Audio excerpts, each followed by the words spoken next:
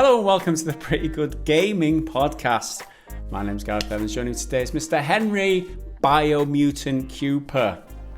Seem to be the only person in the world who likes the game, which is it's hilarious. I like being on that side of it. I think I'd rather be the only person who likes it rather than being the only person who dislikes it. And even then, that's an over exaggeration. A few people like it. There's just some of the louder voices like, "Oh no, it's trash."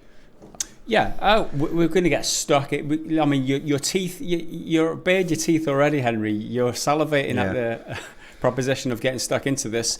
That is the main thrust of today's podcast. It's the Biomutant special, if you hadn't realised. We're going to jump into it in just a second. But formalities out of the way first. After Biomutant, I'm going to be talking a little bit about the Divinity Original Sin 2. Again, you say? Again? Yes, again. And I'll talk to you about that. Why? I'll talk to you about why. It makes no sense, and I said it twice. Okay, let's just roll with it. I'll tell you why later. So after that, we've got a quiz. A special one from...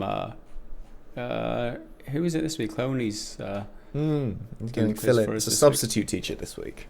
After that, some other questions from the Discord, triggered fanboy comment of the week, or what did you call it?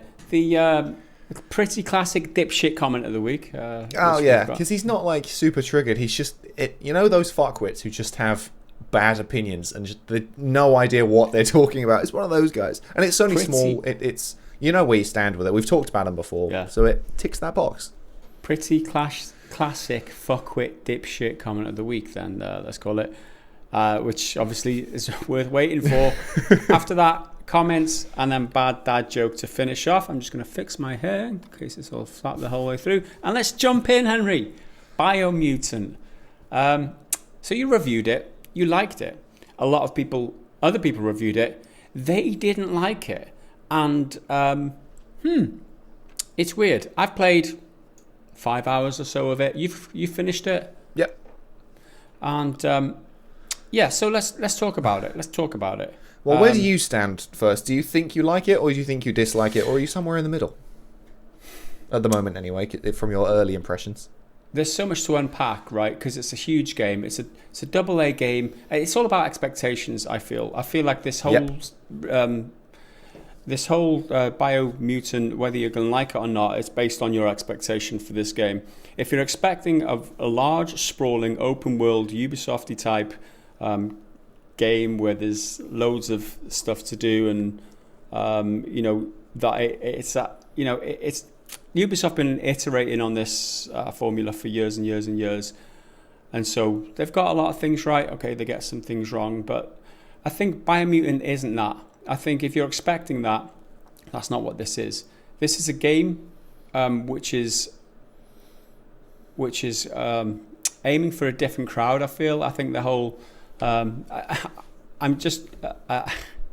got a splurge of thoughts. I think we should just go through them a little bit more systematic. I think I like the game in parts, and I dislike some other parts of the game.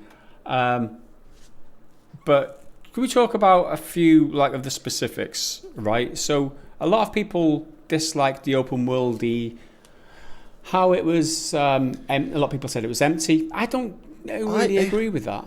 It doesn't have activities, so to speak. It's not like there's mini games of go over here and go into the pub and talk to people.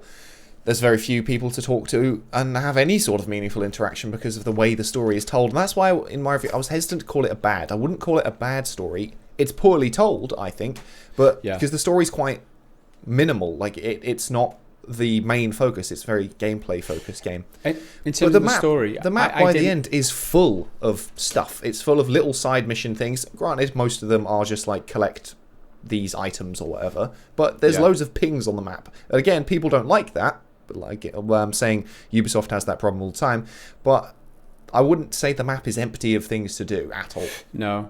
I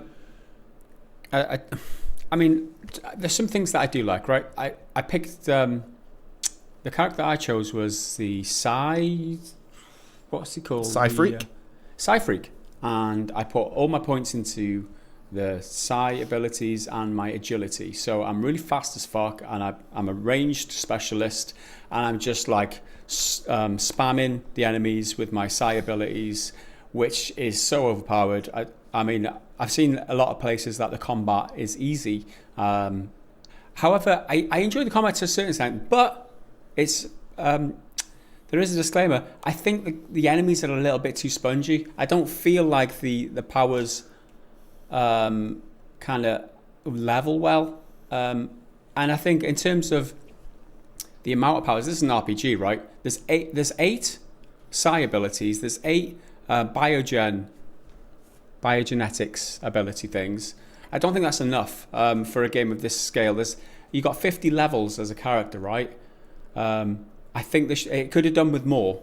Not that I dislike the combat. The combat is fun and it's engaging, and I want to do more of it. And I just feel like, again, going back to the expectations thing, a AA game like this, there is a limited amount of stuff for RPG like abilities and that don't seem to level as I do as much as I'd like them to. There's no like variations on them. I'd just like to have seen a little bit more. How do you feel about the combat? I think your point there about, because it's a smaller team, and therefore they can't do amazing RPG stuff. I think that's an interesting conversation, because just because it's indie doesn't mean you have to like it, and just because it's indie doesn't mean you have to dislike it. And even though it's not really indie, it's that AA kind of weird space. And a popular criticism I seem to be seeing is that it does all of these different things, but it doesn't do any of them perfectly. I can see that, but I think it absolutely has amazing, perhaps perfect crafting. The crafting is what kept me playing, and the resource, not farming, but gathering loop of like going to an area, scavenging shit, and all of it is useful. I constantly found like, here's a new weapon part right now. I'll go into my menu, rip that off, put in a new thing, bingo, it's done, and it actually handles different. It's loot that feels different. At least I thought. I mean, evidently, a lot of people seem to disagree, and that's totally fine. That's why this whole process is fun. But before I elaborate more on that, we'll sit with the combat for a moment. I 100% get that some people thought the combat didn't have a lot of weight. I don't. A lot of the criticisms I don't even disagree with. The reason I say it's currently my game of the year, that may change. We're only about halfway through the year at this point. It's because it was fun. It's the most fun I've had in a game this year, and to me, that's all that matters. And once again, a lot of people didn't have that much fun, but that's totally fine. I really enjoyed being able to zip around, especially with one of my. So I was a Deadeye, so that's like a gunslinger. So I was constantly flipping between all of my abilities, my melee weapons, ranged weapons, and my basically magic stuff. I can't remember what they're called. But I had one magic ability where it's like a dash, but it leaves like a streak of fire behind you. So I do that, put them in a triangle, and then just shoot the fuck out of them. I found that constantly engaging, because I'm not expecting or I wasn't looking to find like a Dark Souls heavy. You swing the sword and it's really gonna make an impact. I wanted something zippy. That's what I thought it was, and like you said, managing expectations is how you think a game is good or bad. And it's not even really the game's fault. I think no one knew about it for years. Like it had a reveal trailer and then vanished for a long ass time. They went silent. But then over the past few months, THQ's really pumped up the marketing and has put the game on a lot of people's radar. And I think perhaps that's got the game overhyped too quickly, if that makes sense. Like it's gone from 0 to not quite 100, because not everyone's going to be talking about it, but 0 to like 0 to 70 maybe. There was a lot of buzz. It was trending for a bit, which is quite a big deal for a game like this. And I think, unfortunately, a lot of people may feel like they've been misled by such a dramatic, highly edited, flashy trailers and whatnot, because it is very flashy. Like the combat, there's lots of particle effects and cartoony, like comic book onomatopoeia words coming up. Like when you run out of bullets, you don't just run out of bullets; it comes up click, click, click, click, click, click, click. Yeah. Which I thought was a really nice bit of visual feedback. I was like, okay, I need to reload. Yeah, now. I don't think people will feel misled. I think, it's kind of a double-edged sword when you're marketing. When you're marketing a game like this, it's a double-edged sword. You want most people to get excited about it as much as possible, but you don't really want to misrepresent your game.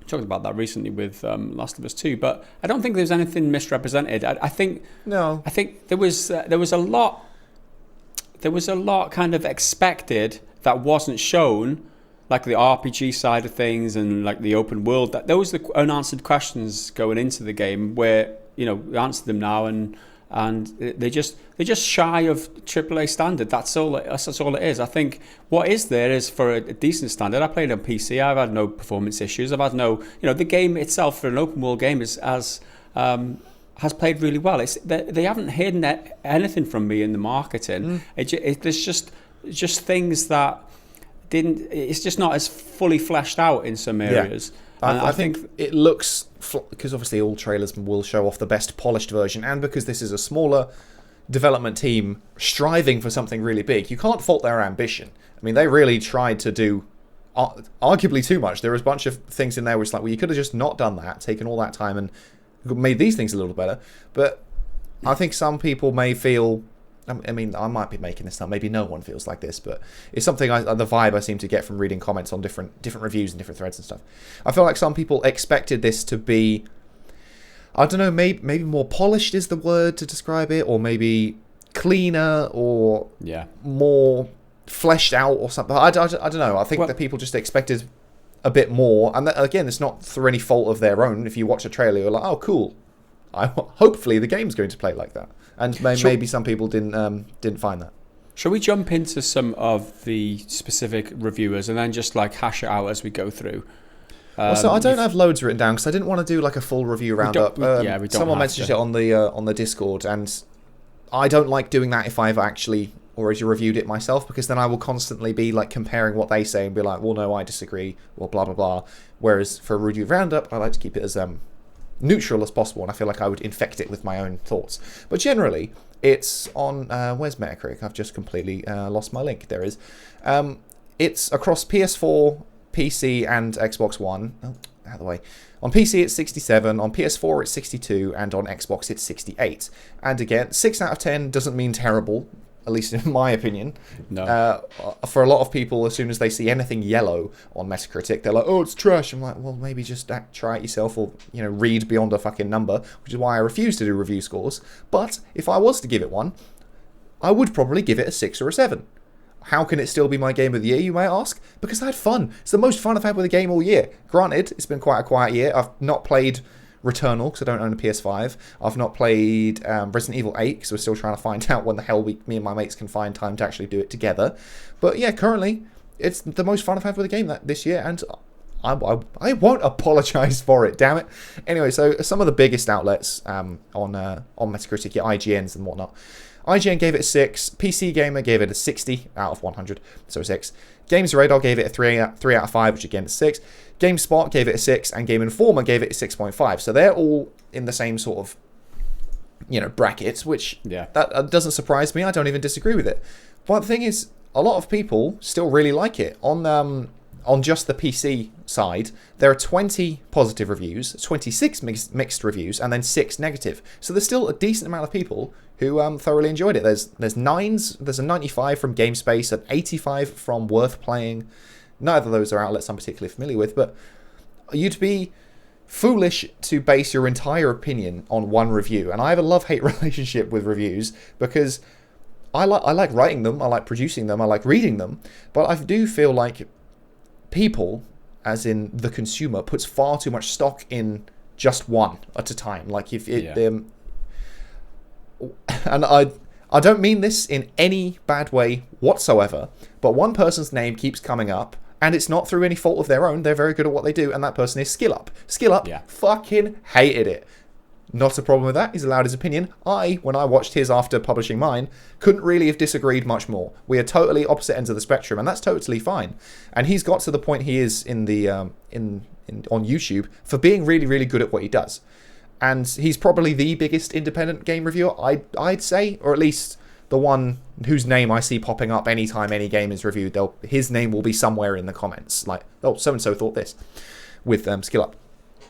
However, I think, again, through no fault of his own, because he is so good at what he does, people then will take whatever his thing is, and then that's the opinion. That's the internet's opinion of the week.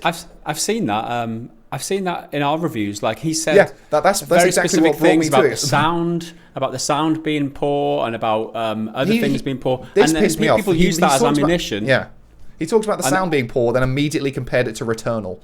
And I'm like, I think the point you're trying to make is this is how it can be done really, really well. This is how it's done not so well. But they are two wildly different games, wildly different scales. Returnal's made by Sony, for fuck's sake. That I completely record that. A lot of his points I'm totally fine with, but that one I was just like, what comparison is this? Yeah, I mean, just in general, I think that if you don't have a good impression of a game, you don't enjoy a game. I think reviewers have a hard time, especially with open world games, and I think that maybe I don't want to do him a disservice because I do love his channel. Like I absolutely love his channel. I love his content. But when it comes to Biomutant, it feels like he just doesn't like it and he's piling on. He's picking it to shreds essentially, and he's okay. He didn't like the game and he's got to represent that in his review. I totally grant that to him. But it does smell a little bit like he's expecting a lot more. He's played a lot of, and this goes for all the other reviewers as well. They're expecting something different. It looks like a cutesy new type of fresh looking game that is going to bring something new to the table, and then all it is, and in air quotes, is this cute little game which isn't as hardcore as we wanted it to be, isn't as fleshed out as we wanted it to be. It doesn't kind of realise some of the ambition that it wanted to realise, and they feel let down. So they're just going to, the audio is bad. The world isn't full. It's the combat isn't impactful enough, and they just, because they've got a downer on the game, they pick all the negative points out of the game and just emphasise those rather than, I don't know, trying to stay a little bit objective and fulfill the main criteria for a reviewer, which is tell people who would enjoy this game. Not say, I don't like this game, don't buy this game. The point of a review is, would the reviewer like this game? I feel like there's a lot of people out there who will enjoy this game. Mm-hmm. For example, I think that the more casual open world fan who doesn't like the complexity and depth of some other open worlds and who just wants a basically simple gameplay loop where the game is only rated 12 age 12, so it is available to kids, so that's part of the demographic is younger people. I would say that it's the main demographic. I mean, judging by the way it's all presented, it's with the whimsical narrator and colourful and silly. And it's got just so much thrown in there. It's like all the characters are even, there's the good and the bad, and the morality system. You can do bad things. You can do really fucked up bad things in it, by the way. There's this one mission where I took the dark side to begin with, just for kicks and shits and giggles, whatever. And one of my missions that my tribe gave me was just to burn this village and kill all the inhabitants and take it over. Like, that's fucked up. Yeah. That's pretty fucked up. It's pretty dark. But it's I was a good boy. I definitely didn't that. Ours was like, oh, don't kill them if you don't have to. Yeah, it's pretty fucked up. But I think the whole packaging of it and the way it's the way it's portrayed, it's like you can see kids having fun with this. Yeah. And I think the and there's nothing wrong with that. If it's a kiddie game, that's fine. Especially with all the introduction, the tutorials and all the backstory and everything the way that it delivers all the information to you is very child friendly, and I think that is some of its main appeal. It holds your hand the whole time, which is it's not like a hardcore RPG, and a lot of people aren't going to like that, and that's fine. You don't have to like it, but it's just not what this is. And maybe they were expecting different. Maybe the developers could have made it clear that this is like. It's like baby's first RPG, It's like early days Zelda where you don't have to worry about anything. They're going to walk you through it, and then you'll level up to more complex things. I think the gameplay is fun. I enjoy the gameplay. There's a few things that niggle at me about the game, like you can't swim. That's so annoying. Like that pissed me off. Game over screen is the worst, and it's like, don't. Fortunately, do it was done really quick for me. It's just all right, I'm dead right now. Let's go. The other bugbear for me is the menu screens and the leveling up. It's like you could do a little bit better than that. You even have to press the button I and playing on PC. You have to press the button I to see the stats on things rather than like mouse over. Like, you know, the resistance abilities that you've got down the bottom, like these little icons of like fire and earth or whatever. You should, if you mouse over it, you expect some information. No, you've got to press the button I for it to come up with another menu for you to click on something to find out what the resistance is and all that is. I think that could have been done a lot better. And I think the general attention to detail isn't there. For example, on some of the armor, I think this is just indicative of the whole way the game was built. I think there was just a lot of ideas thrown into the mix, and it just wasn't like finely crafted or like just finely tuned. Like on your resistances,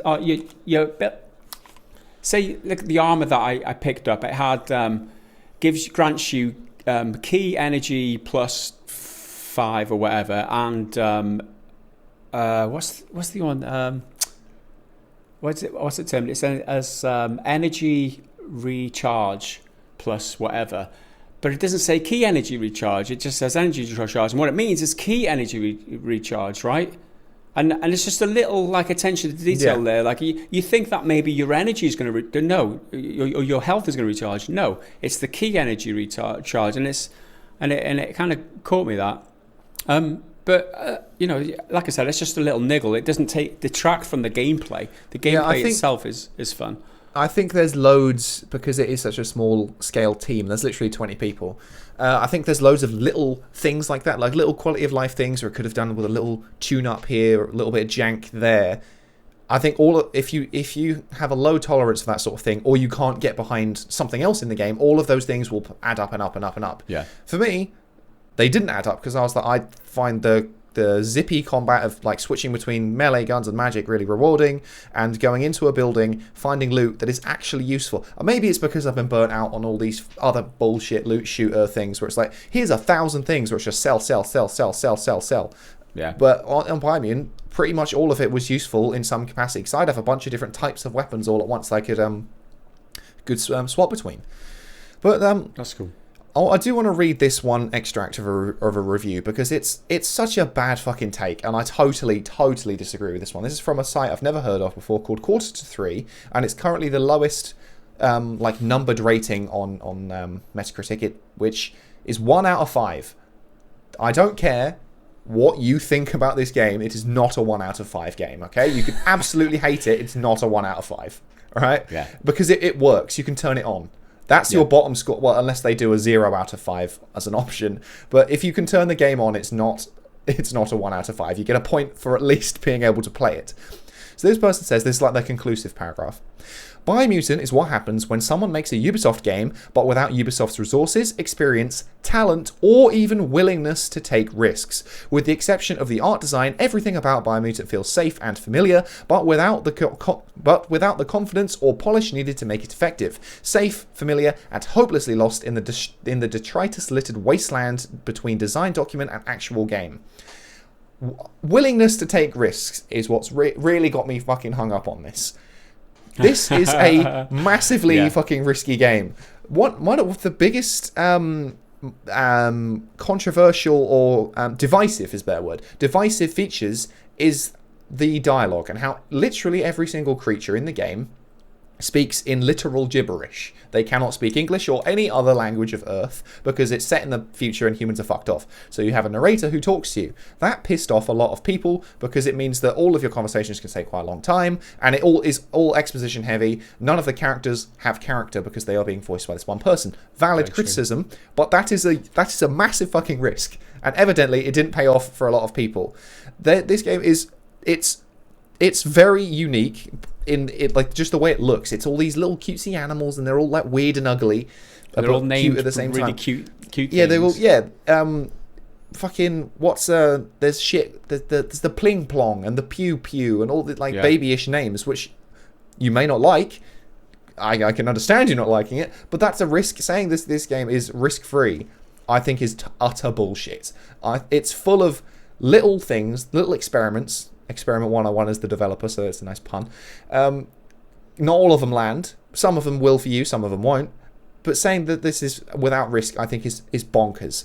Saying that they have no without Ubisoft's talent, I mean, we're quite anti-Ubisoft in this channel. I don't think we believe they have that much talent I'm not over sure there. I'm not sure we're anti-Ubisoft. Well, maybe not anti, but they just need to stop making shit games. Yeah. But yeah, I think 1 out of 5, and saying it doesn't take any risks, you're full of shit. I 100% disagree with that more than anything I've read. But to be fair, like I said, that's the lowest of the Metacritic reviews, and I think this is a wider point about reviews in general, because, like I said earlier, I have a love-hate relationship with reviews and stuff, and I would hope that this is one of those games where it will encourage people to check multiple sources, but I just know it won't. You just know people will pick, people who are probably never going to play the game will pick, all right, this is what this person I like says, so this is my opinion on it now. You can't have an opinion on it if you haven't played it, as far as I'm concerned. For anything, you can have like a feeling of like, this looks cool or this looks bad, but you don't know. So this is when it really annoys me. Well, anytime anyone posts a review, like pre-launch day, like on embargo day, there's people saying, "Oh, the game's shit." You don't fucking know. You ain't played it. What are you talking about? Shut your face. Yeah, one reviewer does a bad review, and then the game's shit. You should, Skill Up didn't like the combat and didn't like the sounds. The game is shit. And it's valid that he doesn't like that. Again, he's a very, very good reviewer. I disagree with him on a lot of things, but he's good at what he does.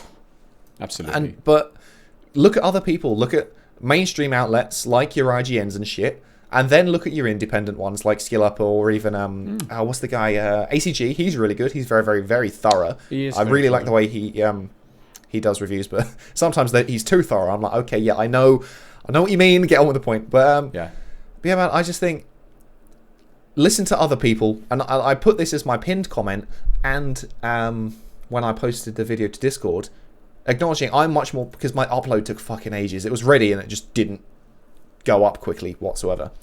I understand that I'm more positive on this than most people, so look at other people too. Yeah. Maybe I'm wrong. I probably am. I'm wrong about most things in my life.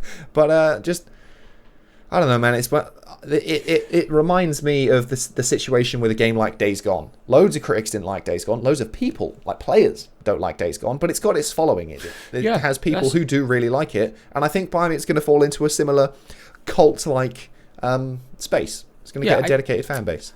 I think I mean when I was playing the game, I only started playing it yesterday, right? Because I didn't play it on launch day.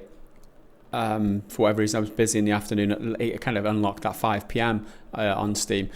But I'd watched the reviews. I'd read a lot of reviews, and I was expecting it. I was like, oh shit, I've spent fucking 40 quid on this game now.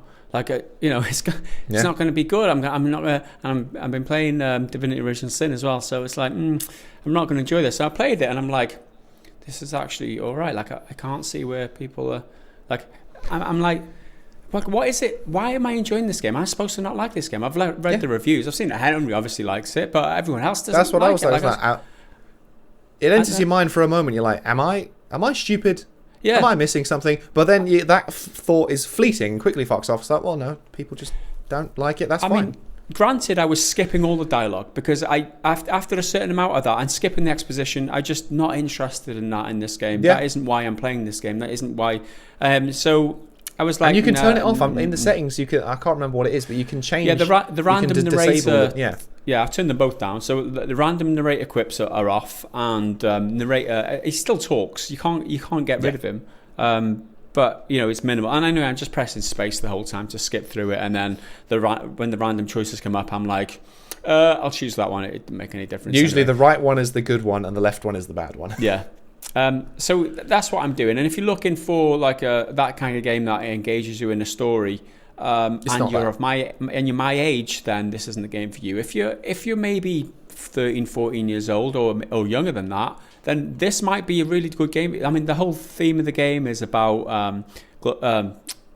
environmentalism and environmental change, and how the world is changing, and like how you're surviving through this, and how to repair the world. It's not subtle. There's a lot of that in there. And there's a lot of exposition in there, and it goes back to there's some fun stuff. Like, and if I was a kid, if this game was Banjo-Kazooie, the open world thing, it would get an easier ride, right? I think in terms of the reviews, why people are reviewing it badly is because they expect that they've played all the previous open world games and they're comparing this game to all these other open world games. I feel like if this game wasn't an open world game, if it was like a smaller, highly curated game where it was focused was just on the crafting, combat, and it wasn't like this big sprawling thing, it would have been received a lot better. If you take the open world tag out of it, and so the reviewers don't compare this game with all the other open world games that they've played, I think this game gets a better shake of the stick. I think it's only natural for them to compare it, but I know exactly what you mean. Like you just need to remember that it's not on that level, and that doesn't mean you have to like it, but. I mean, to me, it's not an open world game. That's not why I'm playing it. It's not an open world RPG game, right? That's not why I'm playing this game. I'm playing this game for action crafting game. That's it. Yeah. Just a fun action crafting game, which is pretty chilled out, pretty easy and a fun time. And that's what I described it. I said it's the wildest chill out game ever because it's got this sort of spiritual tone about the martial arts of the world, and it's it wants to be peaceful, and then these monsters are disrupting that peace, and it's your responsibility to fix it. So I think playing it leisurely, like a little bit here, a little bit there, oh, there's a building over there, let's go raid it, oh look, I can build a new gun. I think that's the way this game should be consumed, and obviously you can't control how people consume it. But I think that's part of the reason it's not reviewed so well, because the review process is a pain in the ass. You have to rush through it. Fortunately, we got ample time to play it, or at least I did. I had over a week to play it, and I ended up installing my code late. But if you think you like the look of it, then totally check it out. I recommend it. I thought it was fun. Some games it takes a minute to find the fun, as like the terminology. I found it straight away, and I got it. And if you do, that's awesome. You'll probably like it too. But take it slow. Just let it breathe. Just enjoy the atmosphere of just being in the world as this little raccoon, fox, ferret creature. And I'm telling you, the crafting is the one, man. It has the best weapon crafting system I've ever played, and I will continue saying that until I find one better. I've been playing. You haven't played Fallout though, right? You haven't played Fallout. I played a bit of Fallout, and Fallout as a game just never clicked with me. And yeah, I think in terms of crafting, the Fallout 4. I mean, I think that's the standard in terms of how you compare to other games, and I didn't really engage a lot in the crafting for this, and I would be interested to hear your thoughts on how this crafting compares to Fallout 4 if you'd have played more of I've played some Fallout 4, but I can't remember. It was years ago. I just didn't like it. I think the Fallout 4 is one of the best crafting things, for all its issues with that game. I think it's really good. Well, this week I also bought Days Gone on PC, because that came out. I think it came out last week. I'm playing that. I was just like, man, if this game had Biomutant's crafting system, if The Last of Us had Biomutant's crafting system, for any game where you're in an apocalypse and you're scavenging shit, if I can just pick up bits, like there's a handle, there's a chunk of metal, stick it together, there's another chunk of metal, let's stick that on, it's endlessly rewarding. Obviously, the weapons probably would have to be tweaked a little bit because they're more realistic games. But if I just copy that crafting and the way it's all physically represented, and you can toggle each bit, so especially with guns, because it's stock, your base, your stock, magazine, muzzle, and scope. And then for blades, melee weapons, it's your handle, blade, and then like an attachment. And anytime you're like, oh, I don't like this one anymore, but I like the look of it, you can break it down and just reuse it. You don't ever waste anything. I think it constantly wants you to recycle, which bounces off the environmental themes and everything. That completely hooked me. I'm sure it evidently didn't hook that many other people. Totally fine, but I got it. I got it. I get you. I think, I mean, just when I look at these other reviews, I mean, especially Skillups, when he's talking about, last year, Ghost of Tsushima came out, and obviously in his head he's comparing these games, and like, even if he doesn't mean to, that's the way it sounds. Like, I don't know, he does. He obviously does, and he's like, I'm a huge open world fan. I don't like this open world game. Yeah, I get that, but I don't think he played this game for the open world, and I think that's what he missed. And I think that's doing this. I mean, I think the point, like I said, the point of review is is to tell people who would like this game. If you're this type of gamer, you would like it. I think that young people especially will like this game. People who want a chilled out open world experience with good crafting in combat will like this game. People who are into an expansive open world with lots of lore and lots of interesting characters and lots of dialogue and lots of interesting sides missions and stuff like that, no, you're not going to enjoy this game if that's what you're looking for. So look for something different. I think that's it's the game's responsibility to make that clear, and evidently they may not have done that. Yeah, because a lot of users aren't gelling with it as well. At the time of recording, the current user score is 5.8 on Metacritic, with 34 positive, 4 negative, and 33 negative. I put 0 stock in user reviews because they are far too binary. But it's worth noting for people who do care about that sort of thing. Yeah, I think that kind of sums up what I wanted to say about the game. I think it is if you've got a 12, 13-year-old kid who's just sick of Fortnite, who wants something more chilled out, this is going to be a good choice. I just don't think. Yeah, that's it. That's all I've got to say about Biomutant. Yep. I am enjoying it, but it's not I'm not enjoying all aspects of the game. I'm enjoying it despite some of its flaws. Yeah, I think in spite of its flaws. But yeah, listen to other people. Don't just listen to us. Certainly don't just listen to me. I am in the minority, and I'm happy to be in the minority. I don't give a shit. But yeah, engage with a few different people, different ideas, and see if you think it's for you. I recommend it, but again, that's just my opinion. Then see what other people think. See if there's any ideas that line up with what you like in games, and take it from there. And there you have. That is our Biomutant splurge for this week. So let's move on to the second topic of discussion. I'm going to do this pretty quickly. I'm on a bit of a tight schedule today. I've got my I'm going to get a prick on my arm in a couple of hours, in an hour and a half. Yeah, I got my first exactly. Yeah, got my first vaccination, so I'm on a bit of a tight schedule. And then run through this pretty sharpish, hopefully. So just cheer me on if I'm labouring a bit, Henry. Divinity Original Sin 2. I mentioned last week I'd never played it, and I was considering. I thought I saw that it launched on the iPad, and I was like, it'd be a good place to play it on the iPad, like a good place to. And I was like, well, it's 30 quid on Steam. I'll take the plunge. I'll play it, whatever. I can play it on my laptop as well, because that way I can play it when I'm sitting in the kitchen or when the family's around. I can do my chores or whatever, do what I need to do, and just have it on the side and just play it whenever I've got time. I don't like to be cooped up away from my family for a whole lot of the time.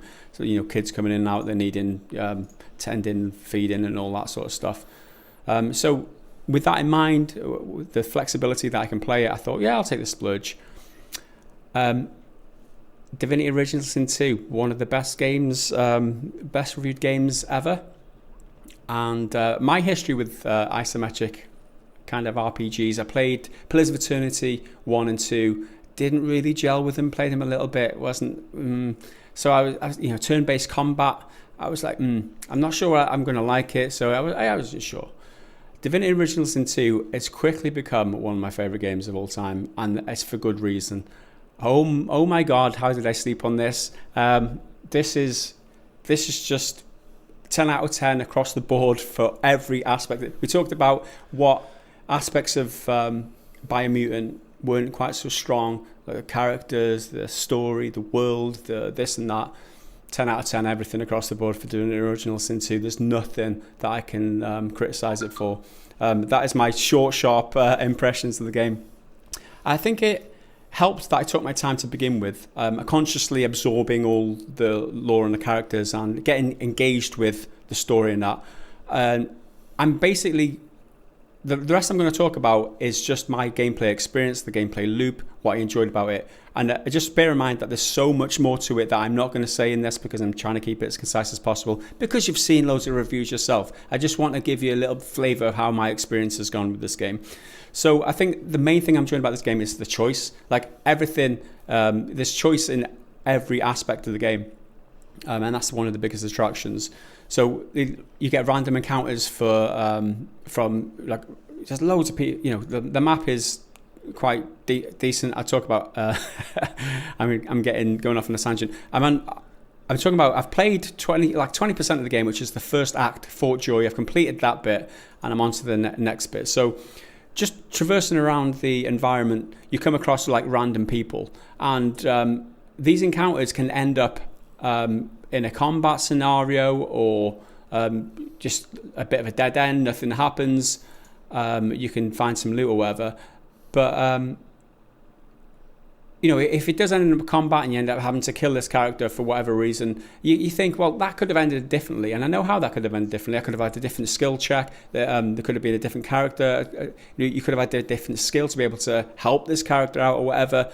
But this encounter was a dead end. You end up killing him and looting him, whatever. And you think to yourself, I could play this game again, see myself playing again with a different character, and that could have ended up 2 or 3 different ways. And those little encounters are just like sprawled across the map. They're everywhere, and there's so much to offer. The depth of gameplay, the depth of the map.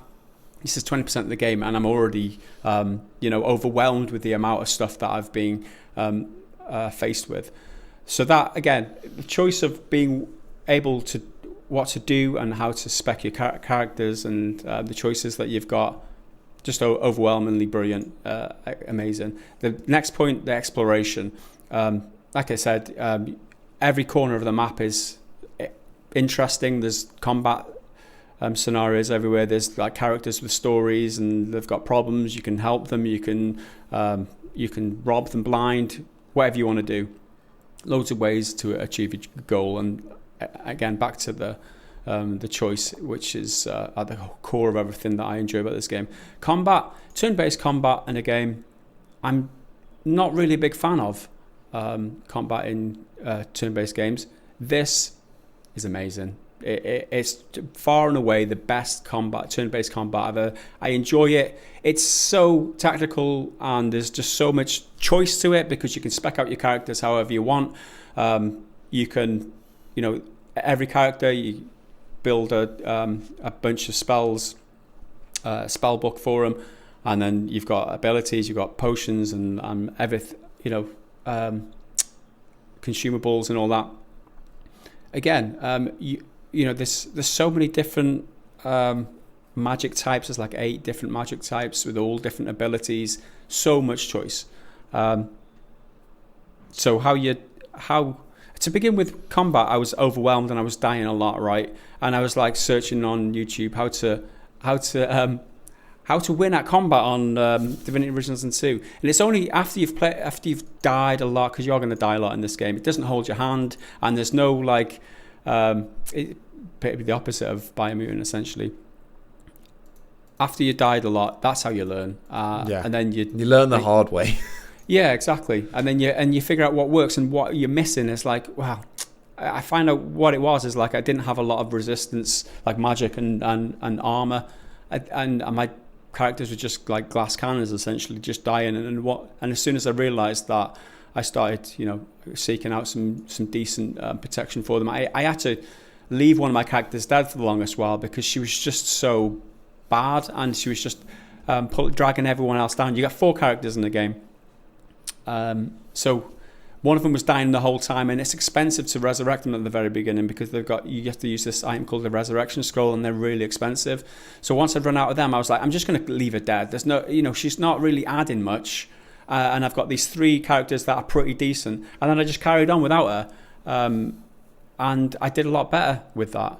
So I think it's identifying where you're weak and then just trying to kind of adapt to that. Again, it's all about choice and figuring things out. There's a lot of like cerebral things going on here. Loot is very rewarding in this game, and trading, again, you get I'm going too fast here. Loot is good because when you're leveling up, doesn't happen so often. So if you find like a unique pair of gloves, for example, and grants you a spell and an ability that will change the way that you can approach combat and give you another strength, that's a very impactful form of loot in my eyes, and it's testament to how good it is. Like loot where you're getting like 10 different things and none of them makes a difference, like in these open world MMOs, whatever. Yeah. That's bad loot. The loot in this game is just amazing. Like you get a like a pair of gloves that helps that grants you the ability to teleport anybody here and there. So on the battlefield, you can teleport an enemy into a bunch of fire, or you can teleport one of your ranged character up on a vantage point up top, so you can get the bonus from shooting down on people. It's brilliant. Trading, again, I spend a lot of time specking out my characters and deciding where I want to put my skills, and trading, picking up everything in advance. There's so much stuff you can pick up. I'm constantly over encumbered, but then you sell all the shit, you get loads of money, and then you buy like spells. There's loads of traders around, and you figure out how you want to spec up your characters, and I can spend half an hour just looking through all the different shit that I've picked up, just trying to upgrade, assign the loot that I've got to the different characters. And then, like, because you've got to be very careful, you've only got a certain amount of skill slots, spell slots, so you can't buy too much of them. And so you're planning out between your 4 characters, whether you've got enough healers, whether you've got enough damage dealers, whether you've got like close range, long range, ranged attacks and things like that. And like I said, I can lose half an hour to an hour. And the battles, oh my God, I didn't say it before, I can lose maybe an hour and a half just in a single battle. And I'm happy with that. And that's something that is completely alien to me. I've never experienced that before, where you just spend an hour and a half just in this one battle because it's so epic. It is really good. And that's the kind of the information vomit I want to leave you with, is that 10 out of 10 character, story, combat, world, even the soundtrack is 10 out of 10. And it just makes me reflect that this game got Game of the Year in 2017 for good reason. The depth of it is just immense. I've played 20% and it took me 25 to 30 hours so far. And I'm loving it, every moment of it. And I think harking back to before about RPG, about whatever game you play, all the games that you play, you measure against each other, right? This game, for many people, and I can see why, this is the yardstick for RPGs. I think every RPG should be measured against this. A lot of people, it's The Witcher 3, I get that. But in terms of RPG depth and everything you want out of an RPG, this is it. I don't see that any aspect of this game has been done better in any other game. That's it. I can't say enough good things, Henry. Yeah. I'm sorry you haven't said a word in like the last 20 minutes. But I mean, I only have one thing to say, and that's, this all sounds amazing, and I want to play it, but I just need. And this the same stance I've had for ages since I first started hearing good praise about it. I need the time to give it the love it deserves. I mean, to be fair, now there's a bit of a lull, so I could, although I've just started Days Gone on PC, but I've played that already, so I could just kind of pause that. Maybe now is the time to explore Divinity Original Sin 2 for the first time. I'm telling you, Henry, if you don't play... You do have to play it. I promise I'll play it at some point. You do have to play it at some point, just so that you understand what other games are being compared to. As from a review perspective, I said before, I would enjoy Biomutant if there was more than 8 powers and abilities, and I know that because I've played this game. I know that because I've recently come off this game, and I know that just the sheer amount of like abilities and cool things to do adds to my enjoyment of a game. So in terms of yeah, you have to play this game, Henry. If you've any doubts, put them to one side. No. Just long enough for you to make the purchase. I have no doubts. The only reservation is that I want to. It's a huge RPG with loads of stuff going on, and I don't want to. I don't want to pick it up and then have something else come out that then takes away my time. You know what I mean? I want to be able to give it the love that I believe it deserves, and I've not even played it yet. Yeah. It's funny that, because obviously I don't want to set your expectations too high. A lot of people love this game. You might not still, but you will see why people enjoy it. At the very least, you will appreciate the craft that's gone into this game and the sheer depth of it. And it's one of those games where you think you might not have the time for it. I played 25 to 30 hours this week. I don't know where I got that time. I made the time. I really did I wanted to. I playing Biomutant yesterday. I did a 2-hour stint on that, and I was like, maybe I can play Divinity Original Sin 2 for like a little half an hour, just give myself a little palate cleanser. You just make the time out of nowhere. It's just that good, and I'm happy that I've played it now, and I'm happy that I've it's an experience. I love it, and I'll be playing it for days to come, no doubt. Days to come. So you're playing it on your iPad, right?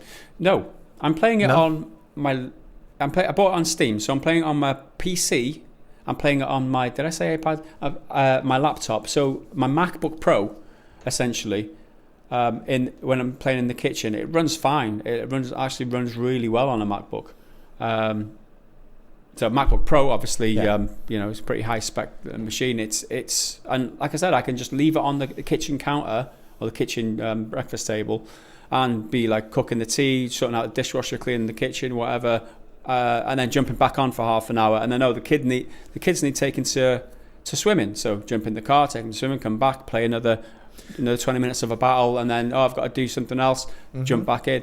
So it's kind huge of the advantage of turn-based games as well, because you can just I'll set my move off, then pause it, bugger off, come back, and you've not missed out on anything. Yeah, it fits in really well with my lifestyle, and I can see this being one of those games that I play for ages and ages. I'm already looking at Baldur's Gate 3 just because it's Larian again. Yeah. And I know that they can craft a well-crafted game. So Baldur's Gate 3 is very much on my radar as well, and that's kind of feeding back into Divinity. I'm like, well, maybe I should play Divinity really to kind of like warm up for Baldur's Gate, and then because that's not out until next year, I don't think. It's maybe the end of this year. I can't really remember. It's in early access at the moment, but the full release is quite a way off. Yeah, it does a few things differently, and there's a lot more like cinematic. Talking, which is, I think they're missing that in Divinity Original Sin 2. If there was one like criticism, the narrator says things are happening and the camera just stays at the isometric view or the top-down view. It's not really isometric because you can spin the camera around. But I would like to, there's a certain limit to what they can show. Like cinematically, it's just not like that. But Baldur's Gate 3 does have the cinematics where you see people talking, and that looks gorgeous. Yeah, just dynamic camera work, really. Yeah, exactly. Yeah, so that I can't recommend Divinity Original Sin 2 enough, and if you've been sleeping on it like me, then don't. And that is it. That is my Divinity Original Sin 2, my short version, even though it was a good 20 minutes probably. Indeed. So with that said, let's move on to the community segment of this podcast, which is these podcasts and all this content is supported by the Patreon community over on patreon.com/prettygoodgaming. If you want to support the channel, get early access to the podcast, get access to our members only Discord area, and ask us questions every single week for the podcast, head over there and support us. You can also join on YouTube as well, on our main YouTube channel. And first up this week, we've got a quiz from Klony, because Metal Shark's having a break and Klony's taking the reins. And this is a bit of a long one, Henry, and I think it's for you. So I'm going to jump in. Klony99 says, all right, if it sucks, blame Metal Shark. I like that he's not taking responsibility. He's blaming somebody else for this quiz already. Well and truly under the bus. Out the gate, just comes out swinging. This week's quiz is a bit of a different beast, since a Warhammer lore channel I follow recently released a huge lore exploration of the Tyranids. So I ask you, Henry, how well do you know your aliens from your Xenos? Will thine lubrication of the Codex Xenos pleaseth thine, God Emperor of mankind? I don't even know what that means. The question is it a Tyrannoid, Warhammer 40k, a Xenomorph from the Alien franchise, or a Zerg from StarCraft? But beware, multiple choices possible. So, I think that's the setup. It's either a Tyrannoid from Warhammer, a Xenomorph from the Alien, or Zerg from StarCraft. And then he continues, to stay fair, you'll get half a point if you get one right answer, a full one if you get all answers correctly, and an additional half point if it's a bonus point. Don't know what that means. Okay? We'll figure it out. I'm still hung up on it being Warhammer and StarCraft, two things I have zero knowledge of whatsoever. I'm sure we'll get into it. I'll just finish off the intro. For ease of counting, just count full points and half at the end. For every question is a separate Discord post so you can react to them to keep track too, guys. Onwards, then, onto the caves of the strange franchises, and don't stick your nose into peculiar eggs on the way. Right, that was a big intro, and let me find the correct podcast questions. I mean, I have no fucking idea how I'm supposed to answer any of these. Because I don't know what 2/3 You got 10 out of 10 last time, Henry. Options. Don't fucking complain. But this isn't like multiple choice, really. It's just what's the answer to this question? I don't bloody know. You got three answers, right? Possibles. Is it a Tyrannoid, Xenomorph, or a Zerg? It's pretty self-explanatory, right? Question 1. This alien species is thought to be led by a hive mind and leads its lower evolved species via telepathic link. Is that a Tyrannoid, Xenomorph, or a Zerg? Can I at least see what a Tyranid and a Zerg looks like? Because I don't have any idea. I'm reasonably familiar with the Xenomorph. I mean, I've seen all the movies, but I've not read the expansive lore or like books or anything. Can I see what a Tyranid and a Zerg looks like? Yeah. So I can make some educated guesses. Right. Yeah, Tyranid. What are you? Alright, you're sort of dragon bug. Well, you're remarkably similar to a Xenomorph, to be fair. Alright. Cool. I now know what you look like. And what's the other one? A Zerg.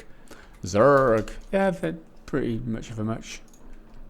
Big alien beasties. Yeah. Oh, this one's a bit bigger and uglier. Okay. Cool. So it could be 1, it could be 2, it could be all 3. So.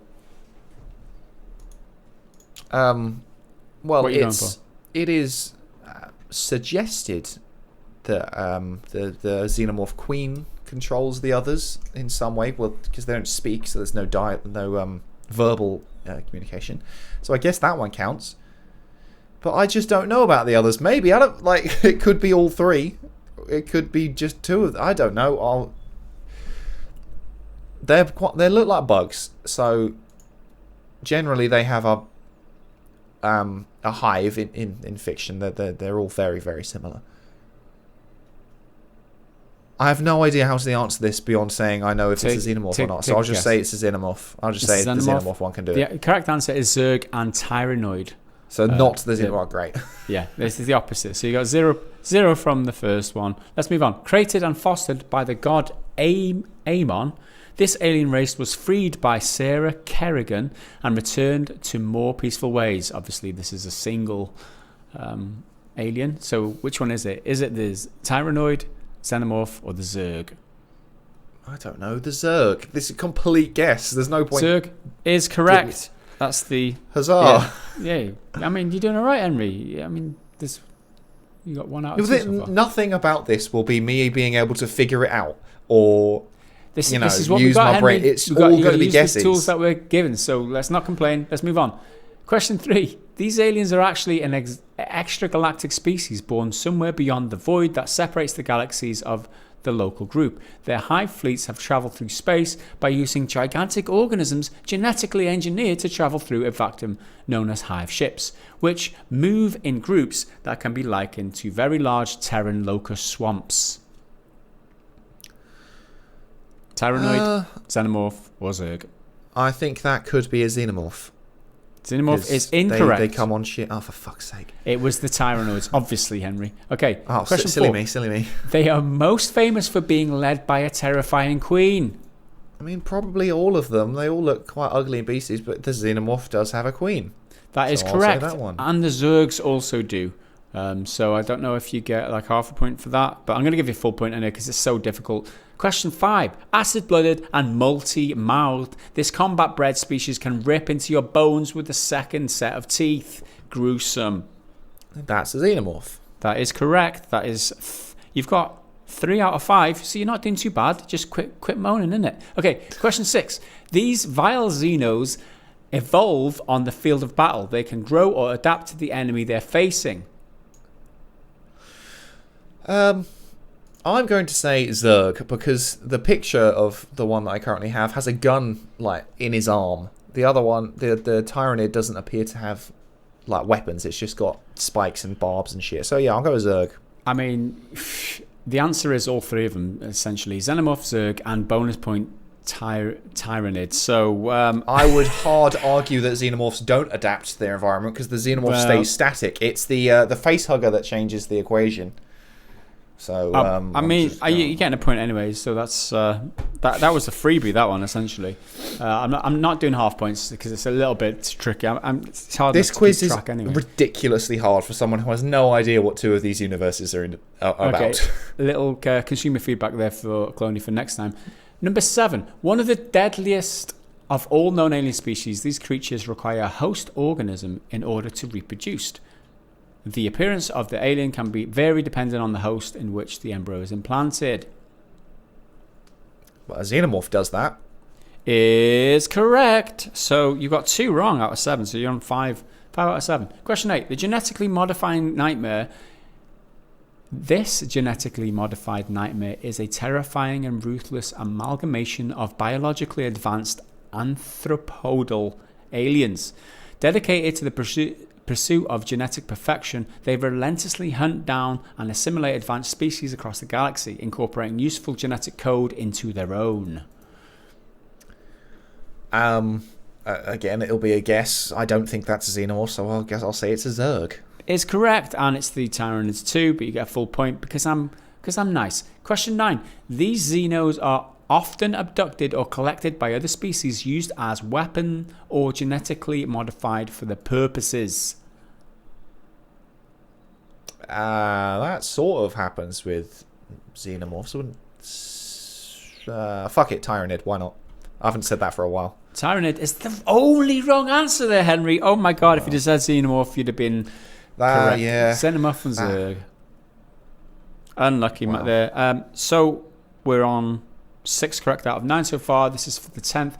And now a round of show and tell. What the fuck is this? And there's a picture here. Obviously, it doesn't work well for the podcast format, but yeah, it's just a weird kind of alien creature with like 2 kind of spiky kind of limbs like this, a big spiky tail like a dragon or something, and it looks like, is he riding something? I don't know. I think it is a xenomorph type creature. I think. It's got the elongated head, but it's also looks like it's holding something like a blaster. Yeah. Do I get any hints, or is it? Or I just got to tell you what that is? Oh, I'll tell you literally. It's a tabletop game miniature. That's what it is. Okay, so is it That's my answer. Which species is it though? Oh, it's a xenomorph, I think. I don't know anything else. This is a trick question because it's the Tyranids, but it's actually a Warhammer 40k model for a Tyranid warrior in a fan-made variant that resembles the aliens. Fan-made, so I'm going to say no anyway because we've been so kind to you. But you've got 6 out of 10 for that quiz, and holy hell, that was the hardest quiz ever. And Klony, I'm going to tell you this with the kindest of words. That quiz was fucking shit. What am I supposed to do? But Klony pointed out his very first words, it's nothing to do with him. So it's not your fault. It's Metal Shark's fault. It's all you, dog. I mean, the takeaway here is that quizzes are only good if Henry gets 10 out of 10, right? I've never got 10 out of 10. I like you got quizzes 10 out of 10 where last time. Did I? You got 10 out of 10 last time. Oh my god. What was the one last time? Oh, you don't even remember because it was, no, I can't remember. So good because you got 10 out of 10. Anyway. Well, I mean, I can't work them out. It's just a guess at this point, so that there's no... With no prior knowledge, it's not that difficult, fun, isn't it? Yeah. If I have prior knowledge, I just study, take notes.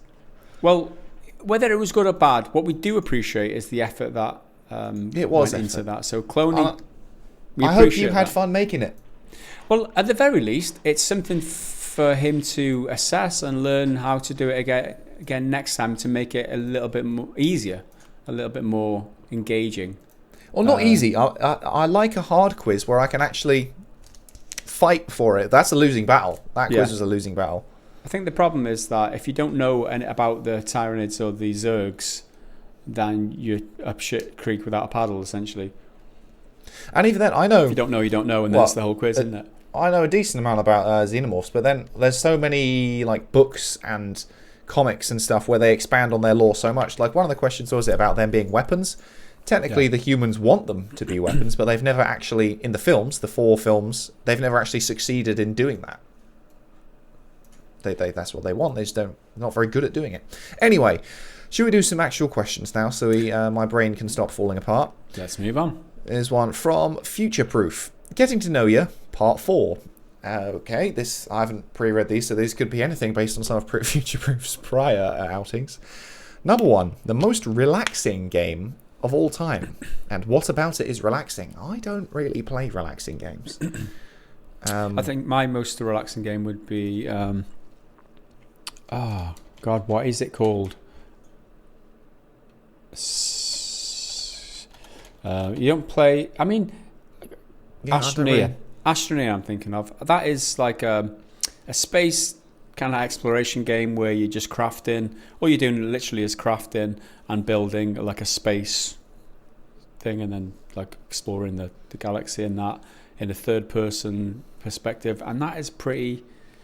Yeah, you're farming, mining, and exploring the galaxy, and that's pretty chilled out. That is a proper chilled out game, and that would be my my choice. Well, yeah, I don't really do them like. It's just not something I really engage with. But I suppose maybe Red Dead. I like riding around in the.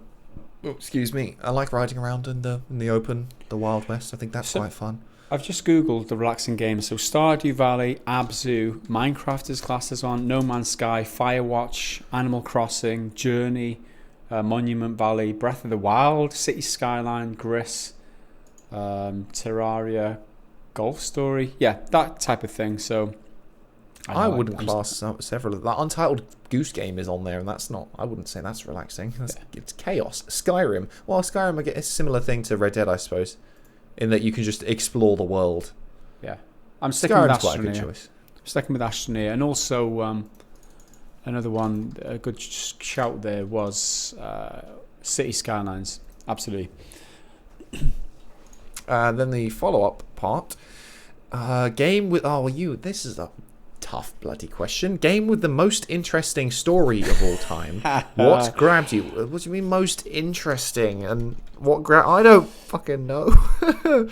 Okay, I did a bit of research for this, and I landed on Her Story, because the storytelling in that is really interesting because it engages you and you become part of the story as a player. And there's also, you're an active agent in the game itself. Like you sitting here in your seat playing the game become part of the game, and that's what makes it different. And I think the story itself is a bit of a mystery. You got to try and figure that out. And because you're a part of that, I think that's probably the most unique storytelling in any game ever. So that's easily a good answer for me. That.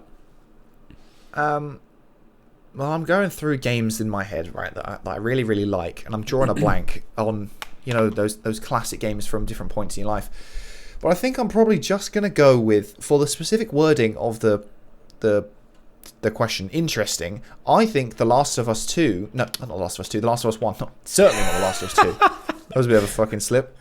The first one, with Joel as the main character, that one is probably the most interesting story in the sense of it's so basic in terms of its plot, and what the actual story beats is just get girl, cross town, save world. But it does what makes it interesting is what it does with that, and it explores it in so many more interesting ways with the characters. And what grabbed me, I guess, how believable everything is and how visceral all of the performances are. Never once do you feel like, oh, this is just some video gamey story about fighting aliens or spaceships or whatever, even though it is a game literally it's a cover shooter about shooting zombies. That's quite generic, but it's a personal story. It's a personal story, and it's about character development and character growth, and about interpersonal relationships. Like, that is the best story in any game. It's not about saving the world. It's about how this character deals with what the shit that is going on in his life, and the choices that he makes and the repercussions that follow. And I think that is why it's a good shout. The original Last of Us, and for the same reasons why Last of Us 2 is just a shit. I think I might have a better answer. All right. In terms of I stand by The Last of Us for an interesting way of exploring a very basic structure. But I will raise you a Nier Automata because I remember how I felt playing that game for the first time. That blew my little socks off with the multiple endings and it being so many perspectives, and you have to play it so many times, and that in itself isn't just, oh, we're forcing you to play the game again. It's actually part of the story that you have to do it again without spoiling anything. Yeah, I'm definitely saying Nier Automata now. Cool. Do you want to read the... Okay, so your answers from Future Proof. Assassin's Creed Odyssey after the first few hours, riding around, collecting resources, and clearing camps in a zen way. I mean, Assassin's Creed are very good at building their big open worlds. Odyssey, I just thought was so boring. I thought Black Flag would be a better one for me for that, because I liked sailing the high seas. And the most interesting game story is Deus Ex 1, full-blown conspiracy theories with a mid-game twist and multiple interesting endings. So, do you mean Deus Ex, the proper one, or the newer one? No, there's one before that. There's one from years and years ago. Then there's Deus Ex Human Revolution, and then Mankind Divided. Right. So I think there's 3, but most people they kind of soft rebooted it. People kind of forget about the first one. I played Human Revolution. It was cool, but parts of it really pissed me off. There was one boss fight that was just totally broken because of some of the RPG mechanics. You could make it unwinnable, basically, or something like that. I can't really remember. But I can't really elaborate much more than that. I haven't played Deus Ex enough. Okay. Anyway, shall we move along? Yeah, let's move on. We have on. limited time. Yeah, we've got 20 minutes left. So Death has the next question. Have you ever played a game that has some kind of feature or pulled inspiration from another game that felt completely out of place for it? I feel like this has been particularly common among games finding inspiration from Dark Souls, even in limited ways, such as having a corpse run for your dropped experience points, or having no map, or having stamina management and dodge / iframe mechanics. I'm not going to read the example because we are pushed for time. Sorry about that, Death. But do you have a... I mean, not one off the top of my head, but the simple one for me is just tacked on like light RPG shit, like crafting and skill trees that just don't go anywhere. Yeah, and that like especially if you were just gonna get it anyway. Like if it's just you get a level up at the end of every mission, and then by the end you've got all the powers. I'm like, well, what? I don't feel like that's meaningful progression because I didn't work for it. I was just gonna get it by doing what I was already doing. Yeah, I think Ubisoft are a good example of like meaningless progression and throwing in like RPG mechanics just for the fucking sake of it. So yeah, I think just do what you're gonna do, but do it well. You don't need so much. You don't need all the shit. You don't need all the stuff. But we said that often. So thanks for the question, Death. I'm sorry we don't have any better answers. Klony next. Okay, I've been catching up on old videos and just saw a podcast where you were talking about and showing footage of Days Gone. Excuse me. I don't own that game. I'm not big on zombie survival, but what I do want is Days Gone in a Halo setting. Give me endless hordes of well-developed enemies charging at me, but also give me ridiculous weapons, towers, so I can blow them up and lure them into traps. That is incredibly satisfying gameplay I'd play over and over again. I feel like you've asked this question before, but what specific gameplay feature / mechanic would you like to patent, because we flip-flop around here, and just copy and perfect into other games franchises? What franchises would be vastly improved by that mechanic? I touched on it earlier. Give me Biomutant's weapon crafting in any post-apocalyptic survival game like Days Gone or The Last of Us or whatever. I think that's such an obvious one for me right now based on where I am with video games. Yeah, meaningful RPG loot as well. I think Diablo 3 does it well. I think Divinity Original Sin 2 does it really well. And yeah, just give us meaningful loot, not just all this boring bullshit, loads of shit, bland bullshit that doesn't give you. I grant you an extra 1% to your health or whatever. And no give good. Give me Shadow of Mordor's Nemesis system in everything. It's just perfect. Okay, next question from Klony again. So Rambo is now part of Warzone for some reason, the Call of Duty Battle Royale mode, if any of our viewers are confused. What do you think about movie licenses and other franchises making appearances in games? Is there a difference between a lovingly crafted Rambo game and appearing in Call of Duty as Rambo? Is there a cameo that is too cheap to enjoy? I think it's cool as fuck. I don't know why people get annoyed about this shit. Like when you see Fortnite's bigger for it, 'cause they'll put in, oh, Master Chief's now in Halo, and people are like, oh, game's trash. Why have you ruined Halo? What harm does it do remotely? If you don't want to play it, you don't have to play it. I think it's really cool. Granted, I'd much rather have a dedicated Rambo game than just him half-assed put in as a skin in Call of Duty. But yeah, I think it's cool. I love seeing it personally. Yeah, I don't disagree with you there. Is there a cameo that's too cheap to enjoy? It depends on the price of the skin, right? Yeah, but yeah, they're all really just showing up. Yeah, it's like 13 quid or something for his pack, which gets you the skin and some gun blueprints or some shit. I can't remember. I mean, we live in a capitalist world. It's like they're gonna try and make money off these franchises or these intellectual property as much as they can. So that's just the shit we have to deal with. Do I like it? Do I dislike it? I don't care. Let them do what they want to do. It puts more Die Hard in my life seeing John McClane in Call of Duty, and that's fine. Cool.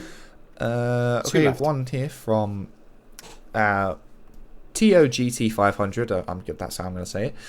Listen to the podcast during my morning run with Scott, my dog, and nearly had a heart attack when you said you've never played Divinity Original Sin 2. The heart attack may have something to do with I'm a bit too chubby to go running. Honestly, guys, play that game, please. Lesson learned there, absolutely. Well, cover that. I'm an English teacher in Spain and sometimes put your podcast on for my students so they can hear the different accents so they can hear the different accents. Should be full stop. Now for my question. For an English teacher... your punctuation, your grammar's pretty bad. That's why he went to Spain, so he can teach people, so nobody will pick him up on his punctuation. Can you please, this is the question, can you please give me a hint about Biomutant on the base PS4, because it looks pretty good. Hey, nice. But after the Cyberpunk mess, I'm a little concerned. Oh, and thank you for such a great podcast, and for bringing a slice of home all the way over here. Well, you are very welcome. I mean... Yeah, you're welcome. We didn't take it to Spain. I think, you found us, so, you're welcome. Well, I didn't play it on PS4. I played it on PC, and to give you a hint about it, it seems to be having a bunch of performance issues.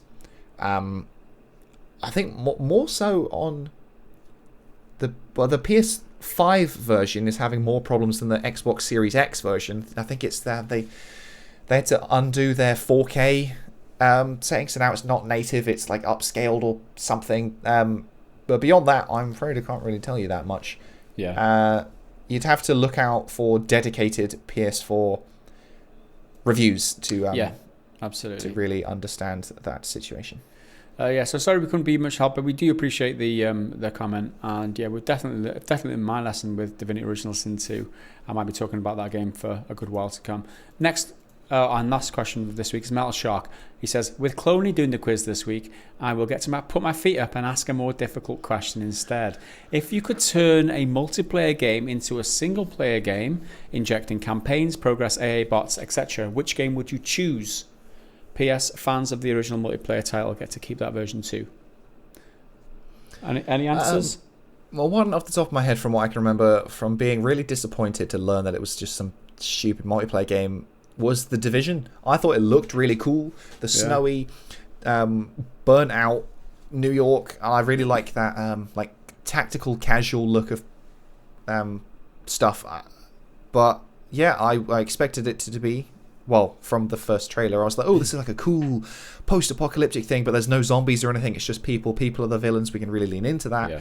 And it's not that. It's just another, loot grindy shooter. And as soon as I hear that, I'm like, oh, it's not for me then. Yeah. People enjoy it, ain't my game. My answer for this is PlayerUnknown's Battlegrounds. I feel like that game would make a fantastic single-player game. I did enjoy that game. I played it for a couple of 100 hours at least. And there's just something about the combat in that. It's very impactful. Harking back to the conversation earlier, Biomutant, like every bullet counts and every bullet can make a difference in that game. And I like that. I like the tension in that game. And I think there's just not enough of those types of games. Single player, battlegrounds type of game. I don't mean that game type. I mean that the mechanics of that game. Actually, not just the mechanics themselves. Animations that are probably still very wonky, but just the gameplay feel of that is very good. And I would like that in a single player game and not multiplayer, if at all possible. Thank you very much. And that concludes our questions this week. This leaves us just enough time to do the community, the YouTube comments. But before that, it is the Triggered Fanboy comment of the week. Okay, so this week's, well, what did we call it? It's not Triggered Fanboy this week. It's the Called it the classical dipshit, or whatever it is. Pretty classic dipshit comment of the week. And again, it's the kind of comment we've talked about before. It's nothing particularly fancy or that angry, but it's on my review for Biomutant, a game which I quite enjoyed and a lot of people really didn't. So this person comes along, high as F, 2 days ago as well, so at the time of recording, so he hasn't played it. It wasn't out yet, he hadn't played it. This game is dog shit. Quit lying for sponsors and revenue. So you're saying that you're claiming that I like a game because I'm getting paid for, not paid by the publisher or anything like that, not THQ. I'm saying nice things so that I get sponsorships. I mean, arguably, technically, getting a game for free from review is a kind of sponsorship, and ad revenue. Yeah, because positive content always does so fucking well on YouTube. If I wanted to get more money, I'd say it was dog shit like you and rinse it over and over and over again. That's how you make money. And the thing is, that video doesn't have very many views. How is it doing? Oh, it's 5,000, which is shit for most things. It's actually kind of okay for us because we're doing nothing these days. But yeah, I'm not exactly getting a lot of fucking money from that one, mate. Like, no. If that was my plan, it didn't work. Yes, it's the classic ignorant bastard, doesn't know how things work comment, isn't it? But there's so many of these fuckwits. There's, fortunately not on this review, but there's so many. Anytime anyone says anything that disagrees with their opinion, good or bad, they're like, oh, you paid. My opinion is so correct, no one could possibly have a different opinion without being paid for it. Eat shit, high as F. Eat shit. Maybe don't smoke so much. He is high as F, isn't he? High as F. High off your own fucking fumes. There you go. Right, let's move on. We've got 9 minutes before I've got to leave and get my my COVID vaccination. So let's move into the other comments from this week. Jason Beneke has left a comment for you, Henry. So brace yourself, strap in. He says, yeah, this game is great, in air quotes. In air quotes again. The builds you create for your character are amazing. And then continuing, I'm so happy for the rash has finally cleared up. Blah, blah, blah. Shut up, Henry, okay? Just shut up already. We get it. This is your favourite game of all time. But answer the one question you've been avoiding this whole time, you coward. Can you punch a boulder like Chris Redfield in RE5? Huh? Answer that and stay fashionable, Mr. Henry Cooper, assuming that's even your real name. You are so committed to whatever sort of joke thing that is. It's so funny. I don't really have anything to say. Unfortunately, it's no longer my game of the year because you cannot punch a boulder like Chris Redfield, and you know why? Because no one can punch a boulder like Chris Redfield. No one. He's the only man who can handle that. Well, there you go. But you do get this like gauntlet that you can like power up and punch stuff with in the... You can punch walls, but it's not like... Not the same.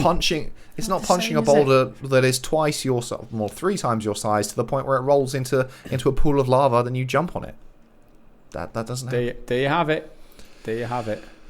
Okay, I've got 2 more. Shall I just skip one and when we do the more positive one? Because it's just a nice way to wrap things up before things get too thing. And this is very, very simple. It's from video about CD Projekt investors suing them. From Undergrounder. Keep it up, boys. Love the show. Smiley face. It's all it is. Just nice, clean, pleasant. Cool. Justin Krezelak says, just when you think you might be crazy, at least you're not Kirby level crazy. And ain't that the bloody truth? I did actually have a comment on the review. Oh, where is it? I'll see if I can quickly get that up. from ZooEX, there better be a mention of Kirby in this video, and I'm really annoyed that I didn't. I'm really pissed off that I didn't remember to. That would have been really funny. That's a reference to, I think it was last week's Triggered Fanboy, where he was just going off at how Biomutant was a rip-off Kirby. And literally nobody agreed. Yeah, it was just really batshit crazy, and yeah, it was unbelievable. So watch last week's podcast if you want to know what we're talking about there. Ruben N says, people's expectations are too high in my opinion, talking about Biomutant. I think it's just a AA game in a AAA world, and that's okay considering the team size and the budget for me. It's still good fun. And I think that's what if you like games at the level of Maneater, which I really enjoyed last year because that was schlocky dumb fun, or Vampire, which we really like around here, that it's at that kind of level of production quality and whatnot. So there's a lot to love. Have you got any more comments? I can grab one more, which I did have, but I may have just lost it. Oh no, from Father Fred Crilly. Father Ted Crilly, as from the show Father Ted. Nice of him to tune in. I'm pretty sure he's actually dead. I want a hot tub Twitch stream. Come on, Henry. It'll be fun. That's on a video about Valve working on a handheld PC, if it's even remotely relevant. Yeah. If you want me to do a hot tub stream, you better buy me a hot tub, and beyond that, buy me somewhere to fucking put it. I don't have a garden we're a top floor flat. There's not what. We'll put it in the car park. How about that? Get it craned into your apartment or something, isn't it? But there's literally no space. This room is tiny. I'm touching both walls right now. I could maybe put it on the floor here, and I'd have to adjust the camera. But I'd be like down here, just in my hot tub, playing video games. I mean, I'm down for that. That sounds like fun. I'd need to do some exercise and actually get in shape if I'm ever going to be topless. Not happening. So there you go. Thank you everybody for your comments on our videos this week, whether they were triggered and fanboyish or not. We do appreciate them all. Let's move on to the very final segment of this week, which is the Bad Dad Joke of the Week. Okay, Klony99. Have I ever told you about my idea for a country song? It's about two truck drivers who fall in love with over the CB. One of them worries it won't work out because they always drive different routes, but the other truck driver, she was determined to make it work. It's called It's Not Over Till It's Over. Over. I think that is a good place to actually make this podcast over, because I think that just killed the whole thing. Let me just say, one of my favourite films of all time is Airplane. You're talking about relaxing games. Airplane is that for me. It's my pick-me-up movie. Yeah. They make that joke, and it's a really bad joke, but they fucking nail it. What you've done, Klony, is disgust me. Destroyed it. Okay. And there you have it. I think that that's a good place to leave this podcast. So thanks for watching, and thanks for supporting us over on patreon.com/prettygoodgaming. If you have a mind to support us and help us financially to continue to bring content, please head over there, and in return you'll get early access for 2 days for the podcast. You get to ask us questions, and you get to the members only area on the Discord, and we really appreciate it. So that's it for this week's Biomutant special. We'll see you again next time. Thanks for watching. Bye for now.